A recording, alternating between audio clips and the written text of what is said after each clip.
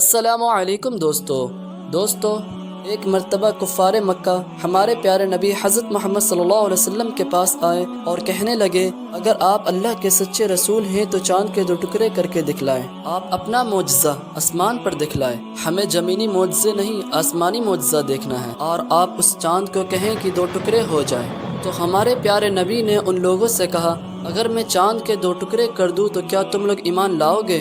تو ان لوگوں نے کہا، میں ضرور ایمان لائیں گے، آپ یہ معجزہ دکھلائے تو صحیح۔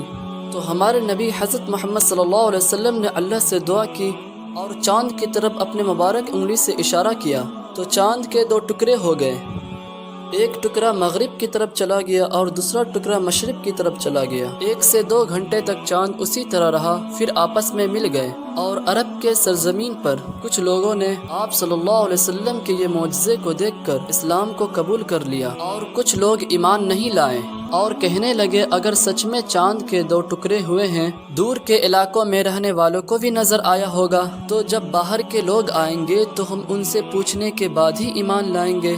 دوستو، کچھ دنوں کے بعد باہر کے آنے والے لوگوں کا سلسلہ شروع ہو گیا، اور جس سے بھی پوچھا گیا، فلاں دن تم نے چاند کے 2 ٹکڑے ہوتے ہوئے اور جڑتے ہوئے دیکھا؟ تو سب نے یہی کہا، ہاں ہم نے دیکھا، مگر پھر بھی کچھ لوگ ایمان نہیں لائے، کیونکہ ان لوگوں کے قسمت میں ایمان نہیں تھا۔ لیکن دوستو، ہندوستان کے راجا رام لال نے جب یہ منظر دیکھا، ان راجا نے اپنے نجومیوں سے پوچھا، ان نجومیوں نے کہا کہ ہمارے بڑے بزرگ کہتے تھے، زمین پر ان قریب ایک ایسی شخصیت کا ظہور ہوگا اور اس دھرتی پر سچا مذہب بھی پھیلائیں گے، اور وہ ایشور کے بہت قریب ہوں گے، تو شاید وہ نور آپ پہنچا ہے۔ دوستو، ناسا کی ایک رپورٹ کے مطابق چاند کے بیچوں بیچ ایک لکیر دکھائی دیتے ہیں۔ اب تک یہ کنفرم نہیں ہو پایا ہے کہ یہ لکیر کیسے وجود میں آیا۔